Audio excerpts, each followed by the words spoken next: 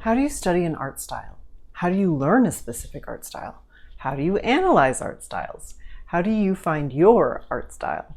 In this style study session, we will use the 6 qualities of style to not only better understand the artist we study, but also to apply these ideas to better develop your own unique style in your art. For our inaugural study session, I chose an artist who has fascinated people of all ages, Van Gogh, or Van Gogh. If you want to choose an artist for me to study, living or dead, be sure to comment the name of the artist in the comments below so that I can use your feedback for a future art style study session. Hey there, I'm Carrie. Here on Artist Strong, I help self-taught artists with home studios who feel stuck with their art, move from wondering what's next to confidently expressing themselves through unique original art. To date, thousands have joined the community. If you feel like gaps in your learning hold you back from making your best art, sign up and watch my workshop called How to Create Art from Your Imagination. It's completely free and the link is in the description below. Now, let's jump into today's style study session. I mentioned at the beginning that we will use the 6 qualities of style to discuss the work, but how do you define style and what are these 6 qualities? I have a full video on that linked for you here and below, but let's have a short primer. Style is the unique way in which an artist shares their voice in their art. People often see someone's work and recognize it as theirs because of their style. It has 6 qualities, which include the elements and principles of art, medium and materials, genre, theme, influence, and personal experience. We will use these 6 qualities to briefly review an artist and their work to help you better identify artistic decisions other artists make, so you can also better recognize the decisions you make as an artist. While you can create a unique style without consciously working with the 6 qualities of style, it will be easier and faster to work with them to help you make decisions that align with the vision you have for your art. Let's begin. Elements and principles of art. The elements of art are your foundational tools that you use to create all art. They include line, value, color, texture, shape, form, and space. You use the elements every time you make art, even if you aren't thinking about it. The principles of art are created by your use of the elements of art. They include balance, emphasis, contrast, pattern, rhythm, movement, proportion, unity, and variety. They are experiential states that can be part of how we communicate ideas and messages in our art. I have a great little ebook all about working with the elements and principles of art called Art Speak that you can grab using the link below. Van Gogh's line work and mark making are distinctive, characterized by thick, swirling strokes and achieved through his use of impasto, a technique involving the thick application of paint. This method brings a dynamic texture to his work, creating a palpable sense of movement and emotion.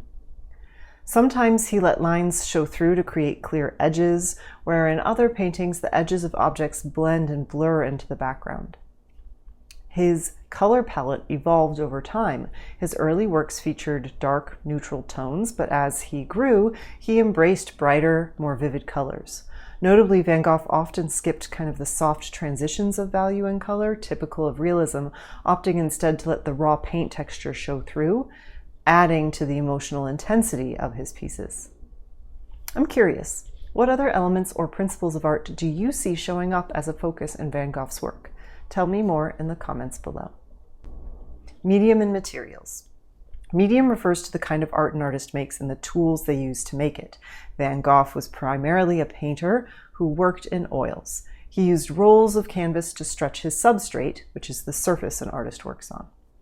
Van Gogh often applied oils thickly straight from the tube, using both a palette knife and a brush. It does not appear to me that he used much medium to water down his paint. His chosen colors were diverse and vibrant, including yellow ochre, chrome yellow, cadmium yellow, chrome orange, vermilion, Prussian blue, ultramarine, lead white, zinc white, emerald green, red lake, red ochre, and raw sienna. Whew! This range of materials allowed him to explore and express a wide spectrum of emotions and moods in his work. The way Van Gogh applied his paint using impasto really prioritizes the medium. We can see his brushstrokes and palette knife marks directly in the paint applied to the canvas. The paint is so thick it has a relief-like quality. Reliefs are an art form or medium where artists make a kind of sculptural painting with sculptural elements coming out of the flat surface. How is your medium important to your work? Tell me more in the comments below. Genre. Van Gogh's work is representational but with a strong abstract element. He is often classified as a post-impressionist and an expressionist. Post-impressionists were making art fighting against the impressionist values of focusing on studying light and how it kind of falls and works in the natural world. Instead, they wanted to focus on color, line, and form with a focus on the emotional expression of the artist. Expressionism takes this idea one step further with an entire priority on the internal emotional experience of the artist. Van Gogh's art does not aim for photographic realism, but rather prioritizes emotional experience and mood. His paintings capture the essence of his subjects, whether they're landscapes, portraits, or still lifes, through expressive colors and bold brushstrokes that convey his inner emotional landscape. When we go to apply genre to our own art, it's important to remember that sometimes the characteristics of a particular art movement become clearer with time. You don't have to know you wish to work in a post-impressionist style, but maybe you're drawn to the expressionist idea of focusing on the internal emotional experience. How can you bring more of that into your art? Is there an art movement or genre like realism or abstraction you wish to explore more? Tell me about it in the comments below. Theme. A recurring theme in Van Gogh's work is observation of the world around him. He was driven to paint and used everyday life, whether through portraits of people, still lifes of objects, or landscapes of his surroundings for his subject matter. This observational approach was driven by his desire to communicate the emotional and spiritual experience of his subjects and his experience of them. Van Gogh's work reflects his deep engagement with the natural world, transforming something maybe mundane into expressions of emotional depth. The Van Gogh Museum states, Van Gogh experienced life and the world intensely and wanted his art to portray the great themes of life, such as hope, love, anxiety, and suffering. What connections can you make between the artworks you make and any meaning or message conveyed in the works? Articulating this, as well as how you do it with the elements and principles of art, will help you take your art to the next level. Influence.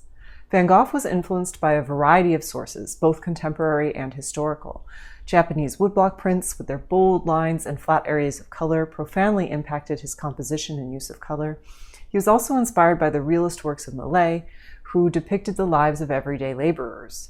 Additionally, his relationships with fellow artists like Paul Gauguin and Émile Bernard influenced his stylistic development, pushing him to explore new techniques and approaches.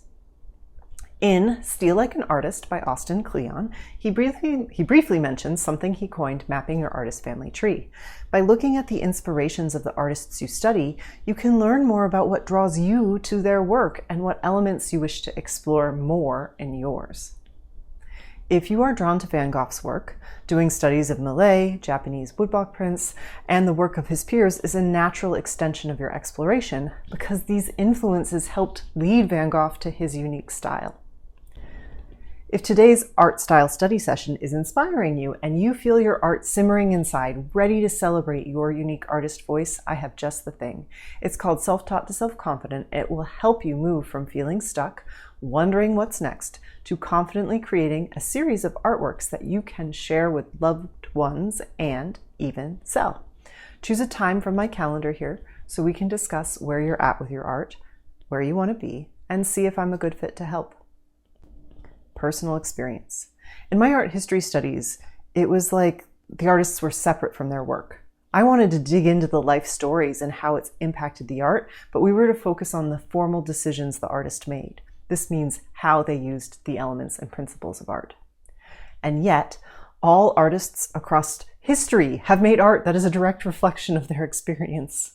Van Gogh's personal experiences are deeply intertwined with his art, not to mention the entire movement of Expressionism is about the internal experience of the artist. He was extremely prolific, suggesting a real passion and drive to make art. He created over 900 artworks and thousands of drawings, which an article from Google Art Project did the math on and explained he essentially made an artwork every 36 hours. What? His struggle with mental health, his bouts of depression, and his search for meaning and connection are all reflected in his work. Living in poverty, Van Gogh often painted the people, objects, and landscapes around him, capturing the reality of his world with a poignant intensity. His art was a means of coping with his mental health struggles and finding solace amidst his turbulent emotions. You don't have to share if it's too personal, but I encourage you to pause here and do some reflecting on your own journey and how it's impacting the art you are interested in and choose to create. For me, I received a lot of positive feedback growing up about being able to draw and paint realistically. I was thirsty for approval and validation, and I am sure this fueled my desire to pursue art that often represents reality. It's been a big and vulnerable switch to start a community-based project that uses embroidery and digital art as its mediums. Understanding our mindset and the way we were raised and socialized to think about our art is the most important thing we can do to unleash the unique voice within us. How to apply this to your art. Making art in the style of other artists or copying their works to understand techniques is a great way to develop skill and confidence. You could choose a painting of Van Gogh's to study or explore how he applied paint to incorporate that into your practice, for example. When you study an artist and their style, it's important to consider their color palette as well as the actual techniques of how they applied paint to their surface, and even consider the kinds of substrates they worked on. Doing studies of many artists and mashing up the techniques that most connect with you and the focus of your work, again, look at the 6 qualities of style to help you decide this, are what help bring your unique style to life. Van Gogh is a great example of not sticking to one specific style his whole life, and yet we can see him in all his work. This is what can and will happen to your work as you grow. The connections between pieces will grow deeper as you develop a better understanding of the qualities of style and more consciously use them in your art. Don't let the messaging that you have to stick to one style forever stop you from making your art. As we continue this series, you will see most artists have not stuck with one style and evolve. What would it look like if you felt full permission to explore all the techniques and ideas waiting to bust out of you? If you enjoyed today's video, please like and subscribe to Artist Strong to support this work. It truly helps more than you know. Then, before you go, tell me, what's one thing you've learned about style today that can help your art? Thank you so much for watching, and remember, proudly call yourself an artist. Together we are Artist Strong.